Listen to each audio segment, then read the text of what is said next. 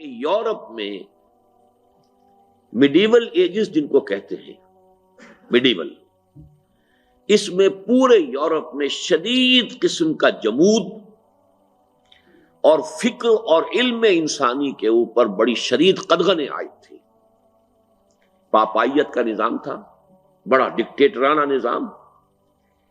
اور سائنس پڑھنا حرام تھا،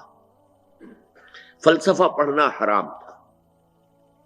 اگر کسی کے گھر سے فلسفے کی کتاب برآمد ہو جاتی تھی اسے زندہ جلا دیا جاتا تھا۔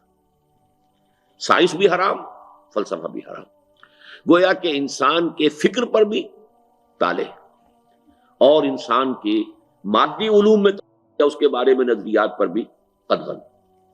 یہ شدید حبس کی کیفیت تھی کہ جس کا رد عمل پیدا ہوا ہے، اور آپ کو معلوم ہے کہ رد عمل پھر ہمیشہ ایکسیڈ کر جاتا ہے اپنے۔ ایسے تو یہ کہ جو لاز آف موشن ہیں وہ آپ نے پڑھے ہوں گے، to every action there is an equal and opposite re action,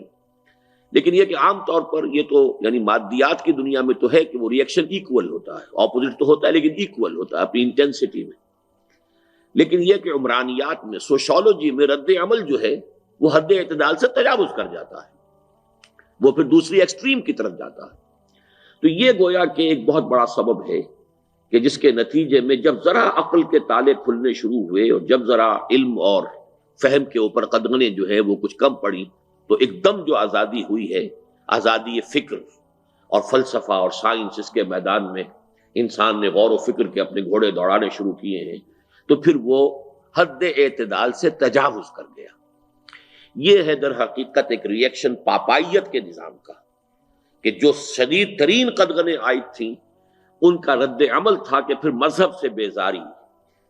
کوئی چیز بھی جو ہے کہ جس کا تعلق مذہب سے ہے اس سے ایک طرح کی نفرت پیدا ہوئی ہے، اور اس نے پھر مختلف فلسفوں کی شکل اختیار کی ہے۔